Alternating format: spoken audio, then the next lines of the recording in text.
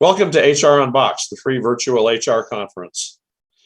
Today, I'm going to be talking to you about the role of HR and business sustainability in a fast-paced and fire hose approach. So you have the materials with you and you'll be able to follow along later and look up all the references. Sustainability in business is about managing environmental, social, and governance, or ESG risks, in addition to economic risks. Properly considered, it's an expansion of good management practices. It's not about ideology or philosophy. It's about doing better in a changing world. Managing means both reducing risks and increasing opportunities when we create a changing mindset in people and we respond to a changing world. The world is changing, but it creates opportunities as well as dangers. HR should be managing sustainability because of the issues like HR itself affect all the units and people in the organization. It is truly a cross-functional situation. And this presentation is a fast fire hose overview of business sustainability goals and metrics, how HR can lead progress, and where to get help. I've been working in sustainable business since 1991, helping companies reduce waste and pollution with better management and innovative solutions. Starting with the Washington Department of Ecology, I helped 112 companies in the Seattle area prepare pollution reduction plans with better management and technology. I was hired by the U.S. Agency for International Development to help launch clean tech programs in 14 countries and helped over 5,000 managers develop sustainable business skills. I'm an MBA professor in the Philippines and Peru, and now I'm teaching sustainability accounting online at sustainabilitycpe.com, which I invite you to visit later. The approach to this webinar is as follows. We're going to say it's a given that global warming and ecosystem crises are greatly increased by our emissions in production and consumption. I'm not here to tell you what the problem is or to argue about whose fault it is. It's a given.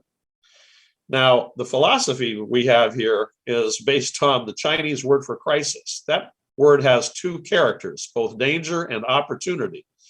So when we look at the crisis of sustainability, we have to remember there's not just a problem. There's a way to make things better and create new opportunities. We also know that people want and need meaningful in their work, and that's absolutely a high priority for people, especially young ones looking for new jobs. Meaningful responses to crises must be inclusive and data-based and incentivized to keep going. So we have to look at this as a KPI performance-based approach that involves everybody. And finally, realize that sustainability is a very unusual competitive advantage. If you do well at it, this is the only competitive advantage that you want to share with your competitors, because it doesn't do any good to be performing well in a sector where other companies in the sector are doing poorly. Everybody gets dragged down, and sharing is the solution to sustainability. We're going to be working with 3 core sources and then a number of others, but I want to make sure I call these out to you because you need to download these and put them on your PDF bookshelf.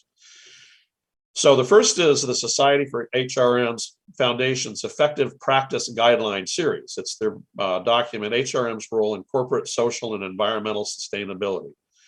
This was published in 2010, and it's absolutely current today and more relevant than ever, of course. Next is the World Business Council for Sustainable Development's publication, Driving Success, Human Resources and Sustainable Development. This is more of an executive briefing, about 35 pages, and it's a great start. I would recommend you start with that and then go to the SHRM Foundation's publication. And the third is from the International Federation of Accountants. As you'll be hearing, accountants have been getting very serious about being leaders in sustainability. And in 2015, the IFAC, which is the global federation of all accounting associations across the world, published their sustainability framework, a proper Bible, 200 pages, covering 26 functions in which accountants can become management consultants and help lead companies forward. And accountants and HR need to work together. But these 3 publications together will give you an effective foundation for all the work to come. We have 8 learning objectives in this webinar, and I'll go through them very quickly, but they're all about really getting the HR people ready to work with the board of directors and the C-suite. Because if the board and the executives are not on board, none of this is going to make any difference. So first of all, I'll be describing what leading organizations are doing to promote the importance of HR and sustainability. Then I'll describe how to use the sustainable development goals to build personal and organizational meaning for sustainability. And also, very importantly, how to engage deniers. This is one of the only areas in business performance where you have people standing up and saying, it's all a communist hoax to take over the world. We don't have to worry about that with quality and efficiency, do we? But it's real, so we'll talk about it. We'll also describe how sustainability fits into the SHRM core competencies. We'll learn how to find standardized and material sustainability metrics for your industry sector and your organization. What does sustainability mean to you if you're a restaurant versus a mining company or a textile manufacturer? We'll explain why sustainability metrics are risk metrics and what is sustainable enterprise risk management. Essentially, the argument is sustainability as a word needs to go away and be replaced with risk management, because when you talk risk, you're talking to the boss. That's where risk is managed, and you need to elevate yourself to that level of the executive suite. We'll also talk about why HR should partner specifically with the CFO and the accounting managers as a team. And then using these, educate the board so that they can get behind the initiatives. And then finally, we'll describe some key HR initiatives with a high ROI so that you know how to hit the ground running with something that can really show results. So the first learning objective is to describe what some of the key players, and I mean, these are the key players and you want to know about them because they've all published things you can use. And I'll go through these things pretty quickly, and you'll be able to download all of these resources for free. So the first thing to talk about is the state of corporations and sustainability. Sorry for the slightly truncated slide, but what it says is that the Russell 1000 companies are the top 1,000 public companies in the United States, and now 70% of them published sustainability documents in 2020. And 50% of them are going way down deep into it, not just lightly, but seriously.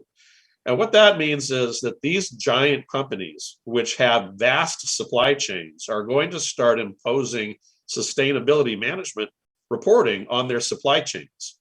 So even if you're not a company that thinks of itself as being in a sustainability situation, if your customers have to report on sustainability, they're going to come to you.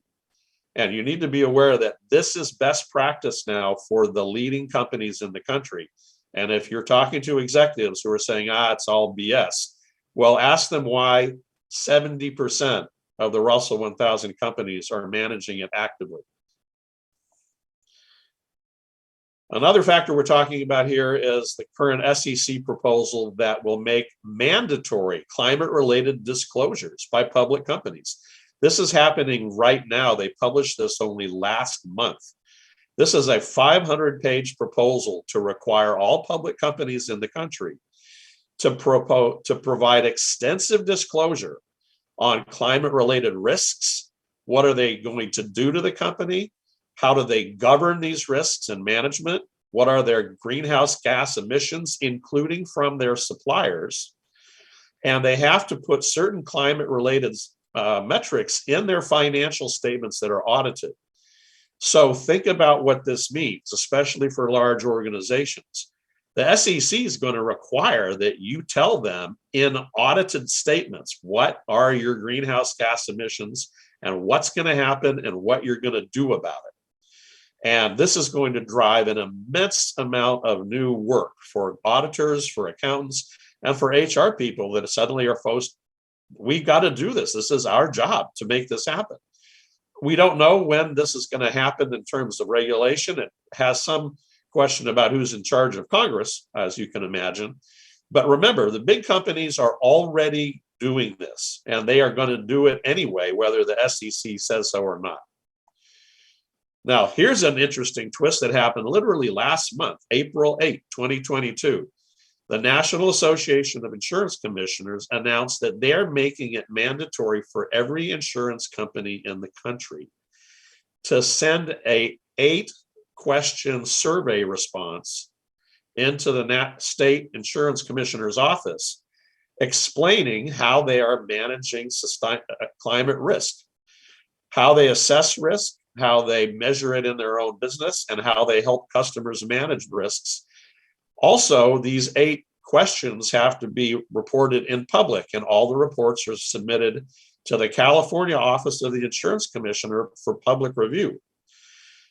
So take a minute to conceive of this. Every insurance company in America is now going to be required to understand what climate is going to do to their risk profile, and they're going to push it out to their customers.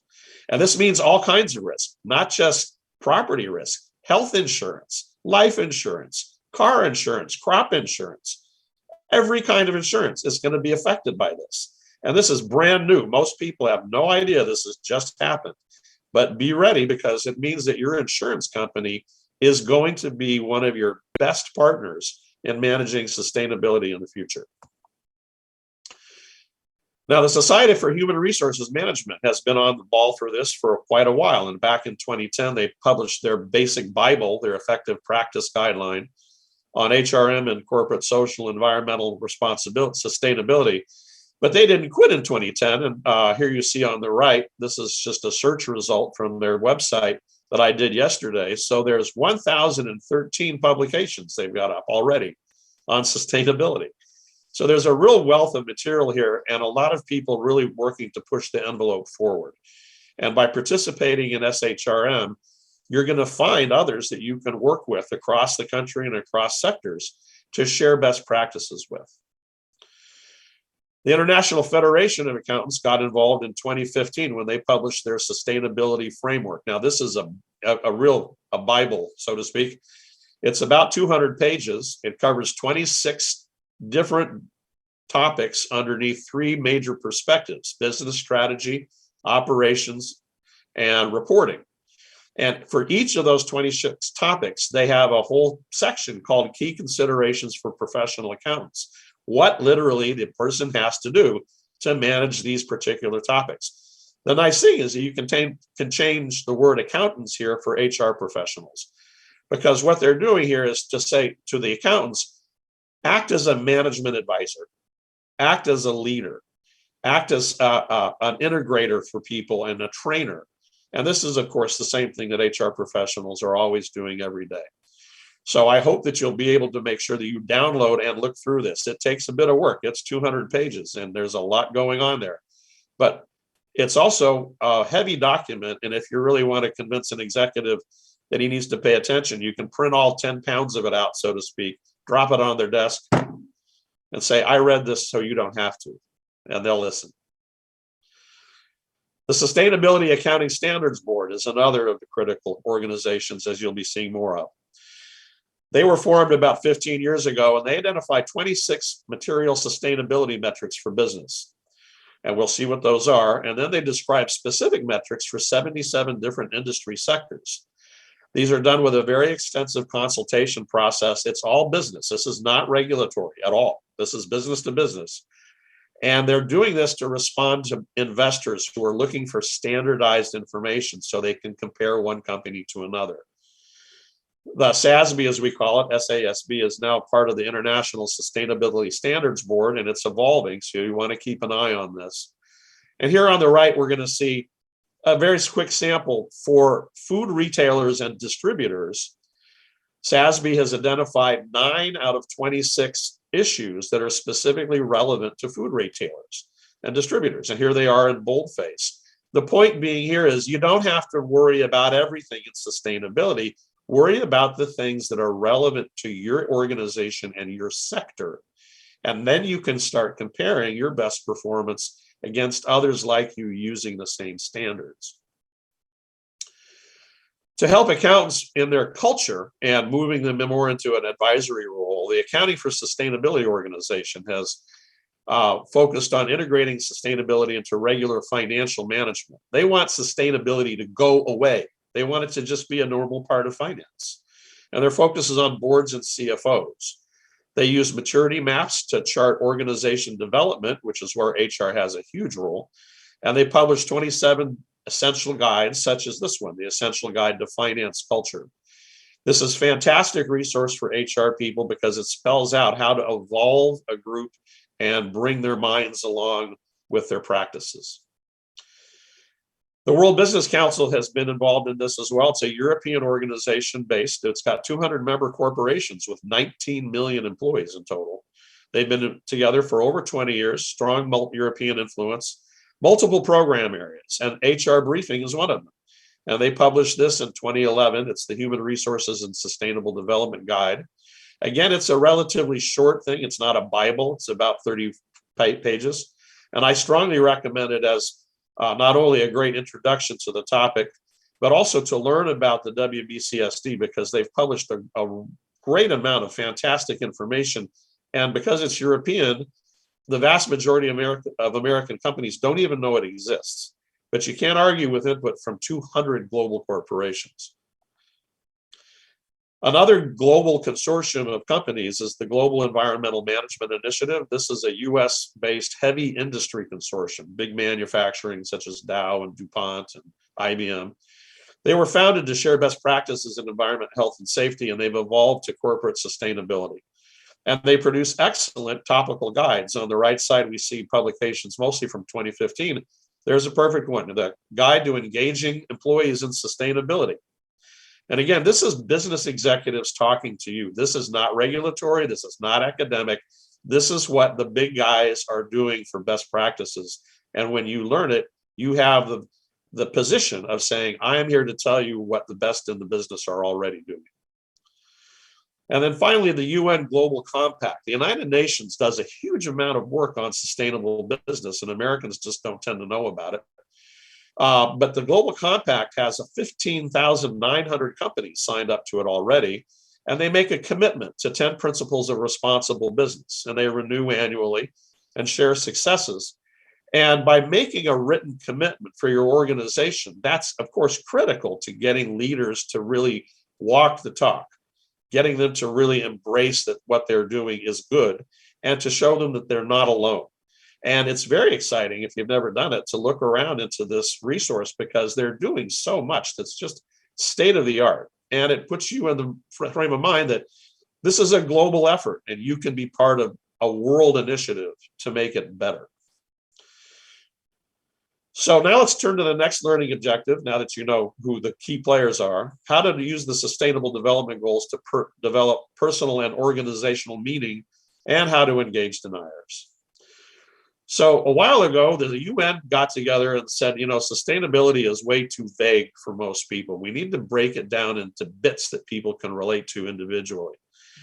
So they've created 17 separate sustainable development goals around different topics.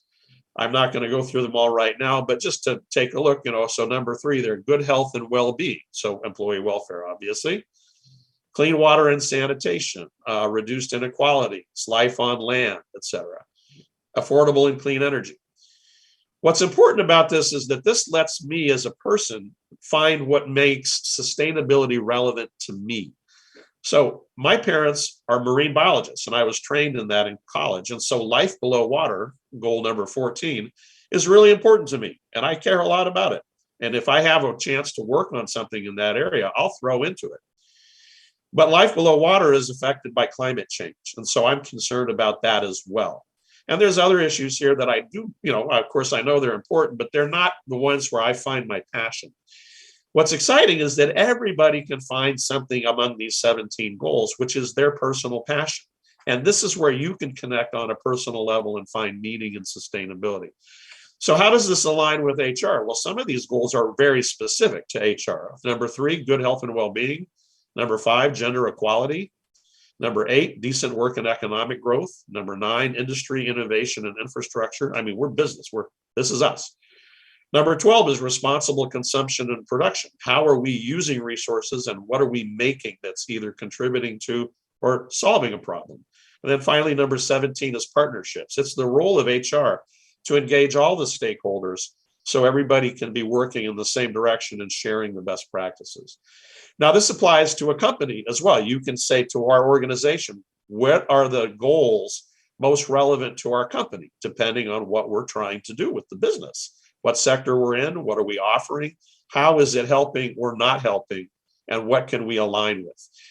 Overall, the key point is don't freak out about sustainability being overwhelming.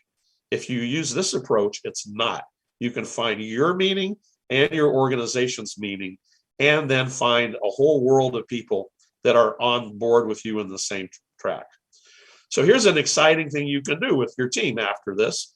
Have some shorts, we call them SDG workshops, find your meaning. So think of yourself in a big conference room with people sitting at tables, maybe 6 to 8 people at a table. Everybody's got a copy of that chart with the 17 goals on it. Individually, pick out the 2 of the goals that are most meaningful to you personally. And then think about, for each of those goals, what's one goal upstream and downstream that's supported, so that you end up with a total of 6 goals, and 2 of them are really important. And you now have a way to identify yourself and your role in sustainability. Then number 2, compare your goals with others. See who aligns with you. Discover, like, oh my gosh, here's another person who thinks life below water and coral reefs is really cool. I didn't know. Let's talk. And then third, use the same process to find the goals relevant to the organization and its suppliers and customers. Find out what are the nonprofit organizations, the NGOs, non-government organizations, who support those goals, and consider partnerships with them. They have the same mission you do in supporting these goals. Let them help you. Now, about deniers, this is a strange world we live in. There are a lot of people, and if you have an organization with several hundred people in it, I will guarantee that there's 1 or 2 people at least that think the earth is flat and science is a lie.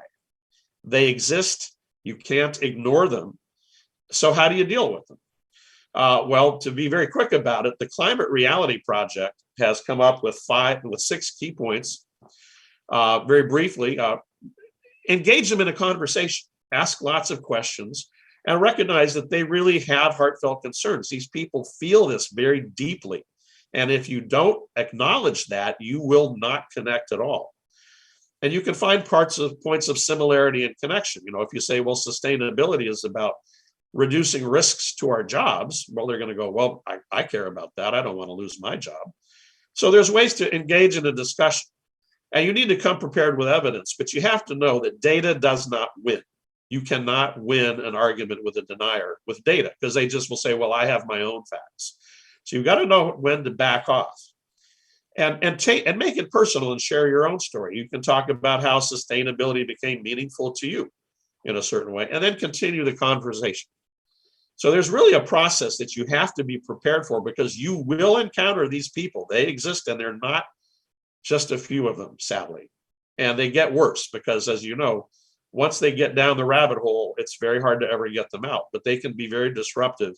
And if you don't know who they are yet in your organization, maybe you should find out, because if they don't believe in science, how are they helping your business get better? That's an issue.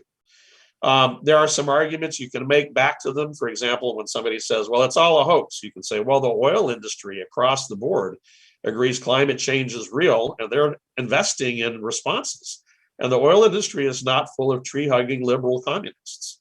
So why are they doing this if it's a hoax? Get a discussion going. So make this a part of your reality. You've got to communicate about this. There's no other business issue where you have a small group of people saying, it's all BS. This is an unusual one. We've got to practice doing well at it. So now next to the next third, how to engage sustainability into SHRM core competencies.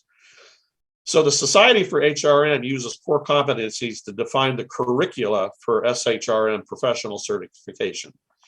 And this is it. So they have 9 specific competencies that are important for knowledge. Their certification program requires a lot of study for all of these. So which ones are relevant to sustainability? Well, start from the top right. Well, relationship management.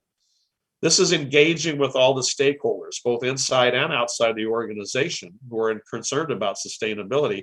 And relationship management is a skill. It's not just like, oh, so-and-so is really friendly, let's send them out to talk. This is a professional skill that has to be trained and practiced. Then is ethical practice. Sustainability is what we call normative. It's a good thing to do, and it's ethical. Not trying to be sustainable is not ethical. And we have to acknowledge that there is a right and a wrong here. And ignoring the reality of the changing world around us when ignoring it causes damage is not ethical. Critical evaluation is important because you have to, in HR, make sure that people are actually advancing and doing the jobs that they need to do with performance indicators. Someone has to evaluate, is this manager and this team, are they really doing the job they should be? Global and cultural effectiveness, of course, sustainability is a global issue and it affects people all over the world. And now that we are aware of how vulnerable we are to global supply chains, you need to be able to understand how global and cultural issues in other countries are affecting the business risks going ahead. Consultation and communication, of course, great classic HR skills that must be practiced. And in all of these, you can think about sustainability and develop a dialogue around these competencies. And that way you can be sure that when you go to get a certification, you're able to address it. So what do SHRM members themselves think about this? So in 2010, SHRM surveyed its membership. They had then 250,000 members. They surveyed 4,500 of them. They got about 680 responses. They were divided up about a third each for small, medium, and large companies. 73% of them are private. 70% of them are from the USA and 30% multinational. And about 70% of them had some kind of formal approach. And what did they say? What's driving them? First is making a contribution to society, then competitive financial advantage, environmental considerations, much of which has to do with liability and compliance, of course, saving money on operational costs, and health and safety. And what do they get out of it? Well, they say that the positive outcomes are improved employee morale, more efficient businesses, stronger public image, increased employee loyalty, and increased brand recognition. So the thing that I get out of this is noticing very much about the employee side of it. Employee morale, employee loyalty, better public image, which people like to know about. If it's all about the people, because this is an integrated long-term evolutionary approach. It's not a mechanical process once you get past the initial setup. So what does HRM say HR should do in sustainability? Well, they identify these 7 parts, which is partnering, engaging, aligning, attracting and retaining, training, development, and compensation, the organization climate, and management support. I'm going to focus particularly on aligning, which is using existing structures such as enterprise risk management or quality or safety even. We don't want to take sustainability and put it behind a green wall. It shouldn't be in a silo. And nobody wants to go to extra conference meetings and extra programs. So if you can integrate it and align sustainability with a system you already have, that's great. As an example, I just read Allstate Insurance's report on sustainability management at Allstate, and they say that they've integrated sustainability risk into their overall enterprise risk management system. And that whole system is done at the board of directors and CEO level with very explicit committees, and they don't have a sustainability program. They embed sustainability in that existing system. So very important for HR. Think about where you can get this embedded without trying to create yet another initiative with its own name. Okay, we're going to switch to the next learning goal, which is how to find standardized material and sustainability metrics for your sector and organization. And I'm going to give you right up front the best example, fast example. This is Unilever. Of course, a global corporation in many industries, and they have been focused on CSR and sustainability for a good 30 years, one of the most advanced companies in the world on this topic. And they're absolutely serious about this. This is about competitive advantage and health and welfare of their people. You will not find anybody more dead business serious than Unilever about sustainability. And these are their metrics. So they have 5 major categories: improving health and well-being, reducing impact, enhancing livelihoods, responsible business practices, and then some wider sustainability topics, such as animal testing and welfare. And why is that? Well, Unilever has a lot of activity in businesses in cosmetics, and so animal testing is an issue there. So Unilever has to develop performance metrics for each one of these subtopics. And how do they do it? Well, guess what? They publish the answers in their annual sustainability report. So you can read right there, what's Unilever doing? The best in the world, practically. And they're very thorough. and they are delighted to share what they're doing. Again, sustainability rewards sharing. It's the only competitive advantage where you want all your competitors to do as well as you are. So these are metrics. And again, when we say accounting for sustainability, we're not saying debits and credits and ledgers and double entry bookkeeping, all the mechanics of accounting. This is counting and measuring specific items and then reporting the data. So don't let the phrase sustainability accounting make you think, oh, it's accounting and I don't know what to do about accounting. I'm not an expert in it. You know how to count. And so you got to think about, how do you count metrics for economic inclusion? What would you measure? And how do you do it? Well, we'll be showing you sources that you can use to do that. So we talked about what is sustainability for the business, for the world rather, the 17 SDGs. But what is sustainability for business? Well, the Sustainability Accounting Standards Board, formed around 2005, has spent many years creating a universe of sustainability issues that are potentially material, as in important, for U.S. public corporation. And their audience is U.S. public corporations because they intend for these metrics and issues to be used by investors in deciding where to put their money. And remember, the money talks and then you walk. And this is why it's relevant to executives. So this is a diagram representing the universe of sustainability issues for business and for U.S. public companies. And there are 5 major categories: environmental, social, and human, and then also business model and innovation and leadership and governance. And they've broken these down into 26 subtopics, each of which is considered to be relevant in some way to some sectors. They were developed in a 5-factor test on materiality. The 5-factor test is an issue is material, relevant to investors' decision making if it's one, financially relevant. 2, is it normative? Does it show, is it good or bad? Is there a direction? Is there an ethic here? Is it normative?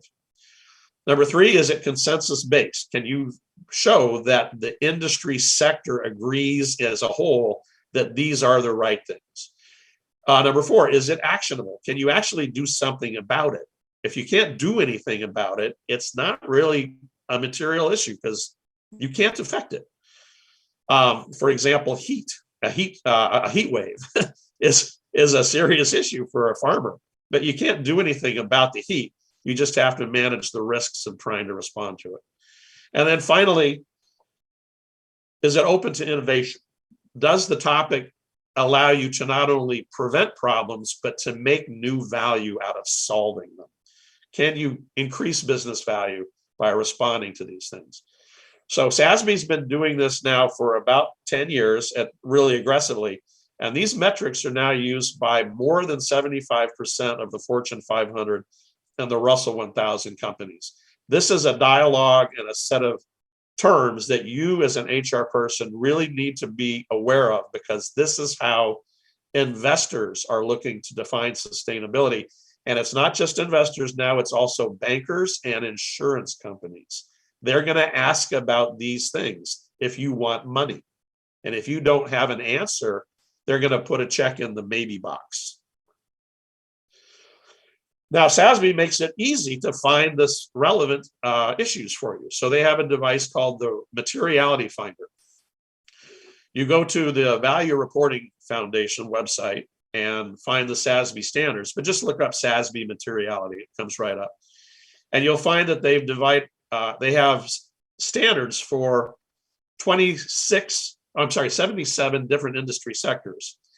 Here on the lower left, you can see they've got consumer goods, apparel, appliances, building products, etc. And each one of those has metrics and disclosure topics. On the right side here again are those food retailers and distributors.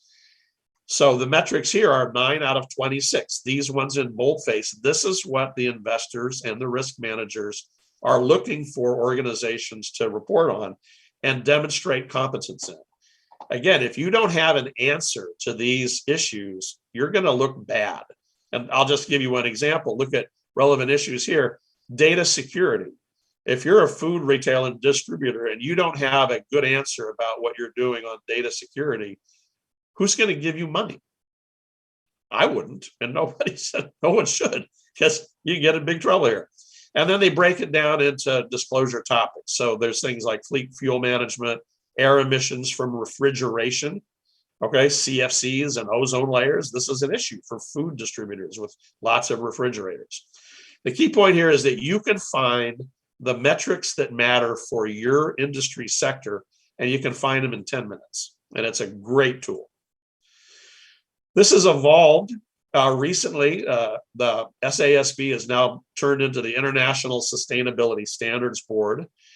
They've expanded the concept of these issue areas from 5 that SASB had to 6, and are rephrasing them in the form of capital. Businesses use all kinds of capital, specifically financial, manufactured, intellectual, human, social, and natural. And these are related also to the Sustainable Development Goals. Look at all 17 of them there for social and relationship. So this is a management model that's evolving, and the ISSB here is now in the process of revising standards so they fit better into this model. You can participate in it. It's open to everybody. They're putting out drafts. They invite comment. And it's a great way to say to your own stakeholders to say, let's get in a leadership spot on this. Let's not sit at the back and wait for it to happen. Let's engage in the discussion before these things are published. That way, when they are published, we're ready to move fast and talk to the people that care, which is namely the people that give us money or buy products from us. So another group that develops standards is the Global Reporting Initiative. This is about 25 years old. It's an international nonprofit. They've been developing standards for reporting on sustainability metrics. Here's general standards for contextual information and management approach. And then they break it out into 33 topic specific standards around economic, environmental, and social elements. So on economic, for example, it's tax policy. You need to report on what are you doing on tax strategy. Environmental, it's emissions and water and wastes. On social, of course, diversity and inclusion and wages. All of these are technical guidance manuals. You can look, and they tell you literally how to measure these things. So you don't have to scratch your brain quite so much. Obviously, customizing these to your specific situation is necessary. But here you can embrace this. And I can say to you also, by far, the majority of large companies reporting on sustainability use these GRI metrics. So you want to be in dialogue with them using the same language that they're using. And when you're doing it, again, you go back to explaining why sustainability metrics are risk metrics. And what is sustainable enterprise risk management? And this is a dialogue that's very important to have.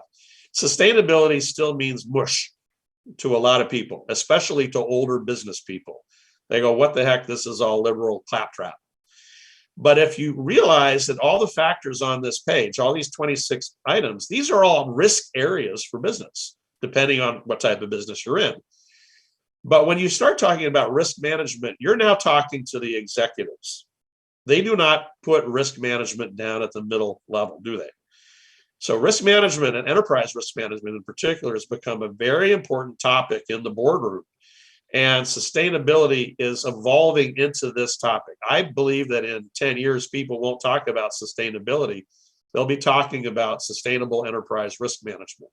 And when they do that, they engage in a different dialogue with different skills, but it's at the right level of communication, namely the board of directors and the C-suite.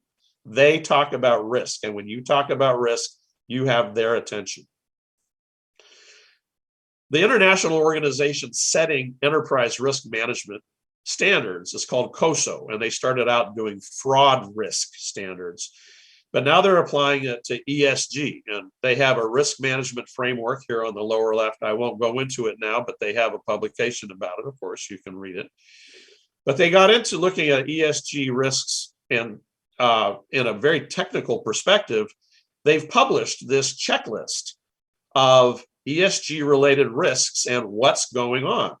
And this is a way you can go through all the risks in the business and check to say, do we have this? Do we not have this? If we don't have it, why not? Should we have it? And they provide backup to each one of these many little checkboxes.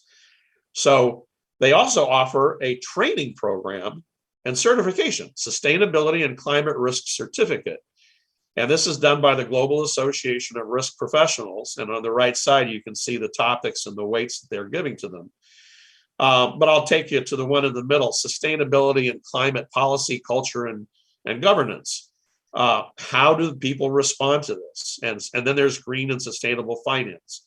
So having a certificate in this topic from GARP for an HR person would be very powerful, because you're now part of the risk management team, not just HR. And that means you have a higher and more powerful voice and unique knowledge, both HR and risk management, which makes you stand out. I strongly recommend any HR senior professional think about this, because this is a way to get yourself onto the board of directors. So the next of our learning objectives is, why should HR partner specifically with the CFO and accounting managers? Well, basically, again, I've been talking about sustainability is about managing metrics. Metrics become accounts in the chart of accounts in a company, and they need auditable data. So again, we're talking about accountants working, identifying and measuring things, not bookkeeping. Don't worry about bookkeeping here.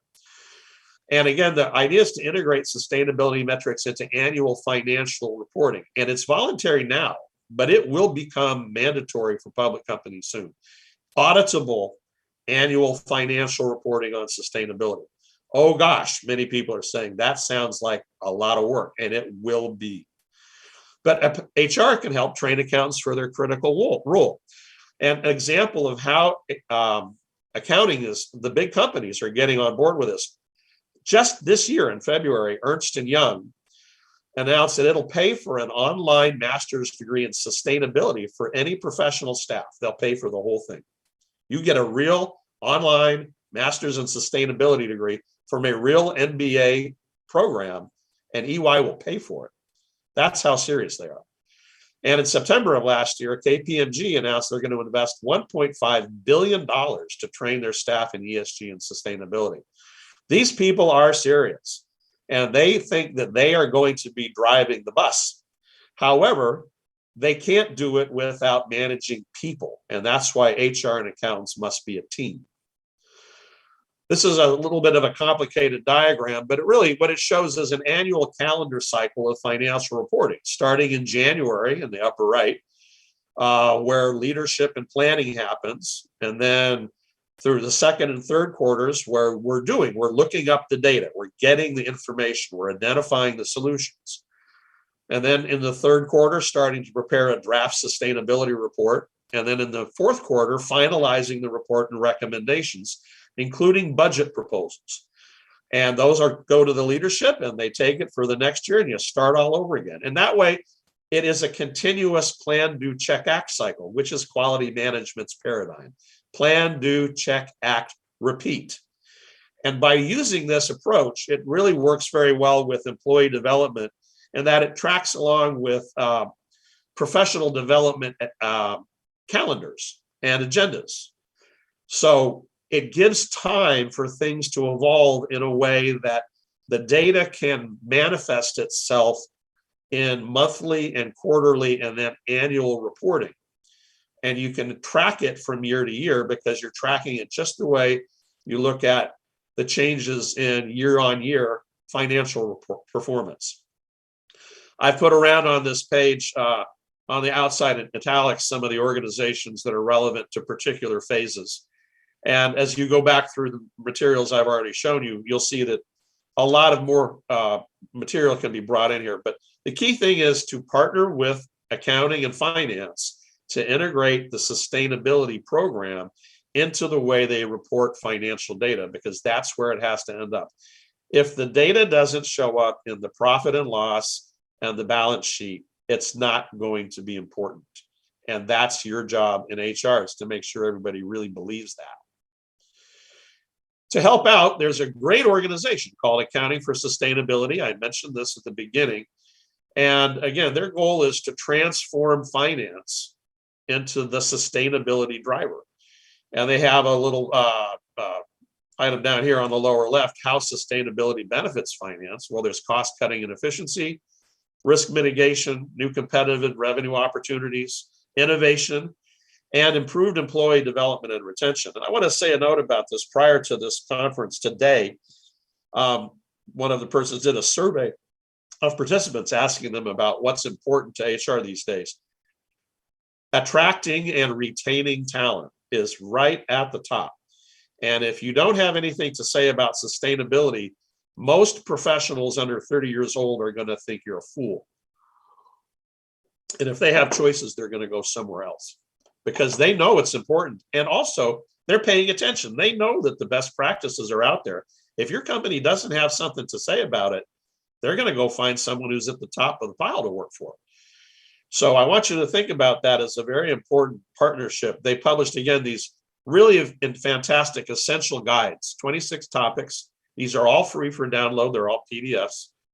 And on the top left there, you see there's the guide to engaging the board and executive management.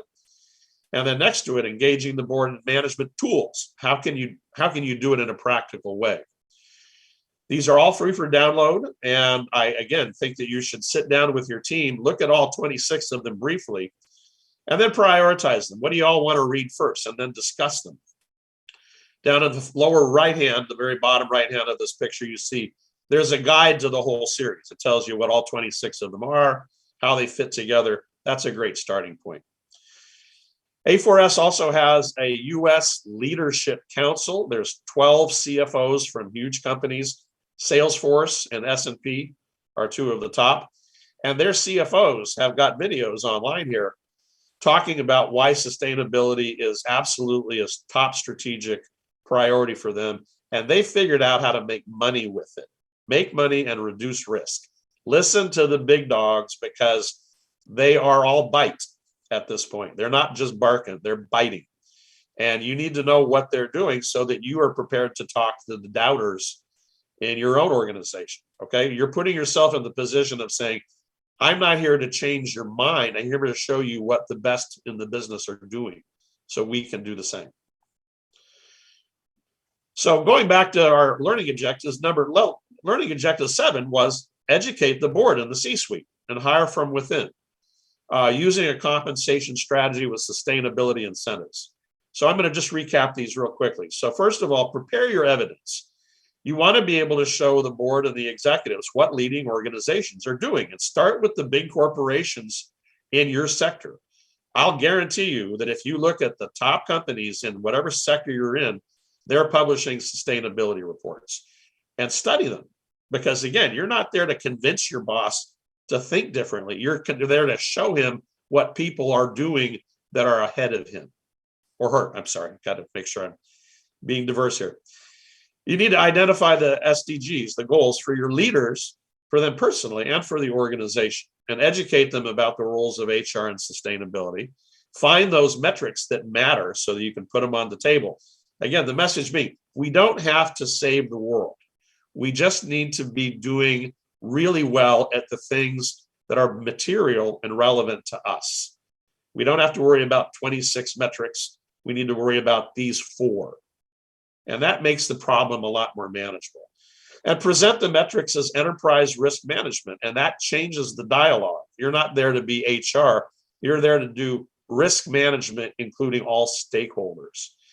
And then finally, partner with the CFO and finance teams. It's their job to collect the data.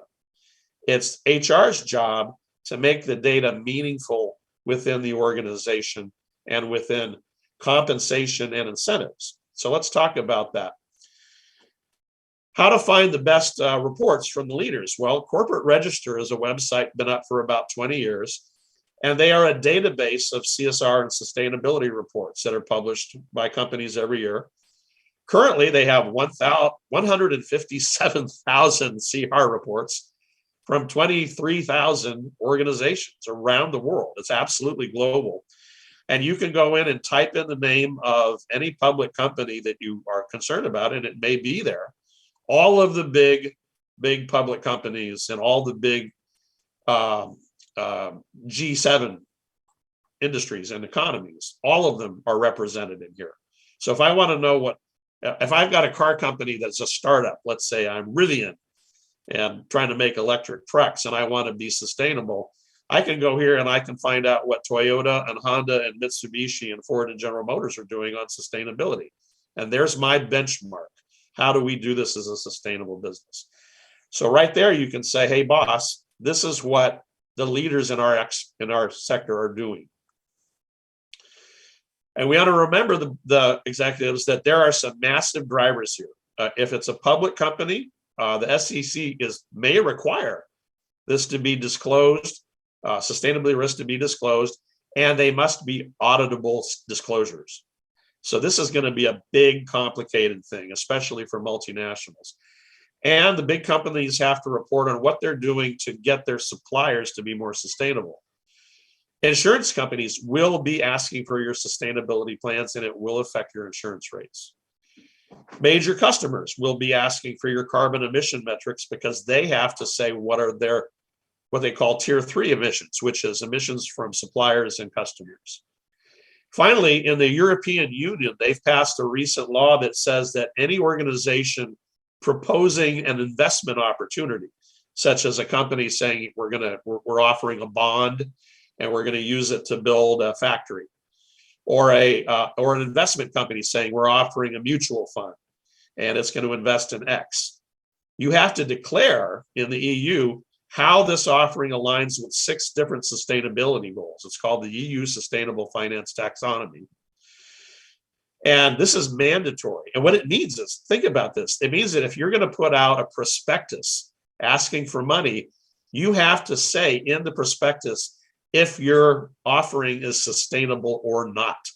It does it or it does not contribute to the 6 sustainability goals. So if you're looking for money to finance a gas plant, a natural gas plant, you're going to have to say this investment is not sustainable. You're going to have to write that down if you're compliant with the EU. Now, this is in the EU now, but it's going to spill over because it affects all the American companies operating in the EU. It hasn't become a regulation in the USA, but the SEC is absolutely looking hard at this because it's a global economy now, and the EU is one of the biggest drivers. So if you're doing international business, learn about the EU Sustainable Finance Taxonomy.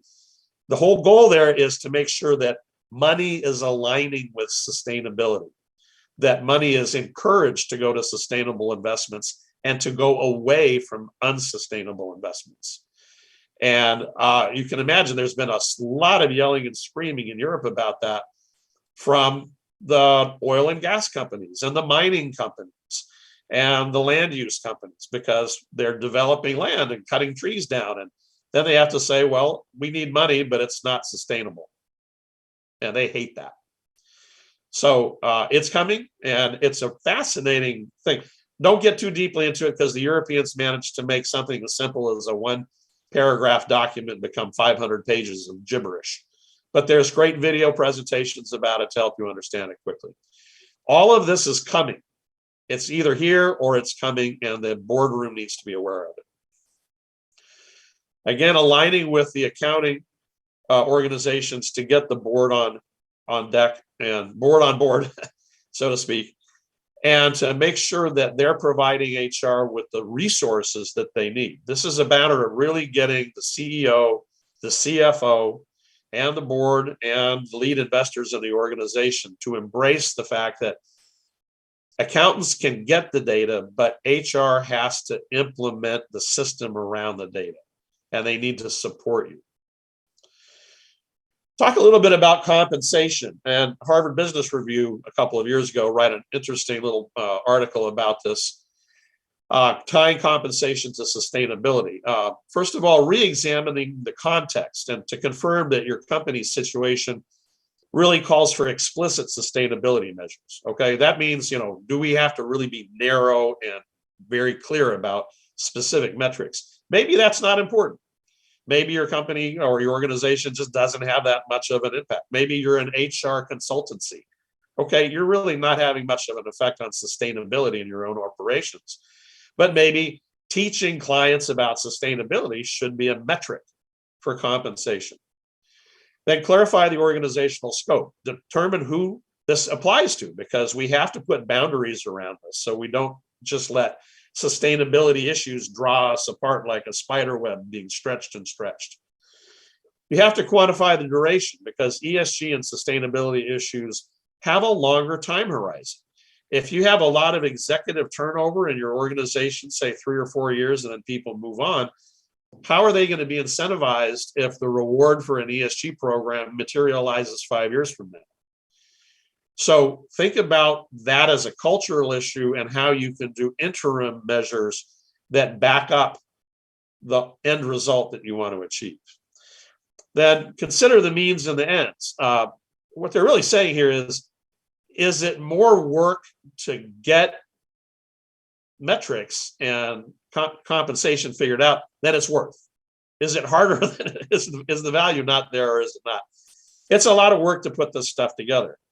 If it's not going to result in something that's much more valuable, then you have to consider, is it worthwhile? And then maybe dial back the expectations or maybe dial back the amount of effort. Match it so that what you get at the end is much greater than what you put in. And then finally, you want to structure the incentives so the metrics and payouts are relevant to the problem. There's a bunch of different ways to structure these incentives, and I'll give you an example of it. So PricewaterhouseCoopers has done some analysis on this. They've published a great document on this. You can download this document, just search for that title, Purpose-Driven Leadership. And they come up with 3 key design features of compensation. Internal and external targets, because sustainability means working with stakeholders and external impacts. You don't have targets just as, increasing our profit per quarter. It's also about how many times did you engage with important stakeholders? And how many times have we interacted with state regulators in a positive discussion to make policy more supportive of what we're trying to do as a business? You need to have individual KPIs and scorecards because you're talking about individual people, but they need to be part of an overall structure. And you need, again, to think of long-term and short-term plans because the long-term issue is really important in a world where there's a lot of turnover. How do you reward someone who's only going to be there a couple of years when the payoff is 5 or 10 years from now? Hard questions to ask, but there's a number of different ways. Here on the right, we have types of ESG metrics. I won't go through them all because you can read them yourself, but scorecards are a very common way to do that. It's part of a broad mix of non-financial metrics, and it gives people, it gives executives a way to make achievement judged flexibly. Another way is with individual components. For example, pick a specific ESG metric and say that's for you. Weighted components are based on an overall performance of a group, and it requires metrics that are very clearly measurable. But again, they have an issue of what happens if one person does really well, but the group does poorly. Does that person get dragged down because of the group? The same thing applies to metrics that are about adjusting the payout up or down. If you don't hit a goal, does everybody get punished? Good question. People hate that, of course, but it may be something that is relevant for building an overall sense of commitment for the whole team, that everybody needs to be on board so nobody brings it down. Finally, a standalone plan, which is basically a sustainability compensation in addition to the regular compensation. And what that just smells like is a headache, because then you're trying to maintain several different things, and it does confuse investors when they're looking at, are the executives incentivized to do what we want? So there are very specific guidance here to do this. If you don't have the incentives in compensation, you will not get the results you need, because the people who need to be incentivized the most are middle managers for implementation and executives for providing the resources for middle managers to do their jobs. Okay, I'm going to finish up here with a few, just very quickly, describe some key HR initiatives with a high return on investment and risk management. Number one, work from home flexibility. Absolutely a huge payoff. And by the way, this is so important for mothers, for moms. Moms need work from home. And I'll ask you this question. If an executive is insistent on telling everybody they've got to come in and work in the office, they don't want anybody working from home, ask yourself this question: Is this executive more concerned about business performance or their boss ego? Because it means they're concerned about being a boss and being in charge, and they're suspicious that their own employees won't work hard if they're not under the microscope. Well, then you have to ask, this executive may not be suitable for a sustainable business. Very seriously. And if they don't support moms and flexibility, I'd fire them. I've got a mom, I'm married to a mom, my daughter's going to be a mom. Moms need sustainable employment. Virtual meetings is another important area. It just saves on all these resources. You don't have to travel. You save time. You reduce emissions.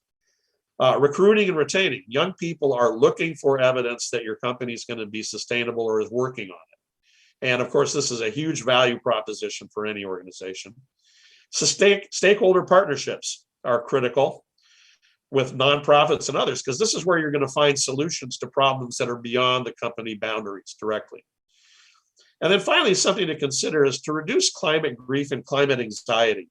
People are afraid and they're grieving for a world that they think they're losing, and they're afraid of the future. The solution to climate grief and climate anxiety is to make sure people have something meaningful that they can do with positive results, that they're not spinning in the wind, left out there. It's inevitable that it's going to get worse. It's not. They can do, you can do positive things and go home at the end of every day knowing that you're making a contribution. You're not going to save the world. None of us are individually, but we can all do something. And sustainability in HR is a way to make it very specific and take action that's rewarding. I'm going to finish with this one great book called Fostering Sustainable Behavior. I call this the book that tells you how to get people to do what you want. And it's based on studies of getting people to recycle and be energy efficient. And the author is an experimental psychologist who's broken it down into 6 tools for getting people to behave differently. The key point here is you need all 6 of them. And you need to read this book. It's free. It's funny. There's all kinds of great anecdotes in it. And it'll make you completely think differently about what you need to do every day to get people to take these sustainable behaviors and make them a daily part of life. So sustainability is coming. HR has a critical role. There's a tool belt you can build with all of these resources I've shown you. Partner with accounting and make sure that you are focused on helping your participants feel better about our world, because people are seriously worried and scared about the future. You can take action to find meaning and feel better. And that's what welfare is all about. You can learn about more about this, sustainability and management accounting, at my site, sustainabilitycpe.com. There's my email address. You're welcome to email me. I do executive coaching in small bits on this. I don't call it consulting, but executive coaching.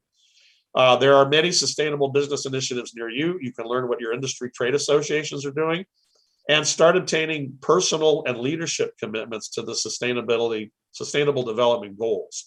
Find out of those 17 things, which ones are magic for you, and you're on your way to a great start. Thank you for listening, and I'm open for questions.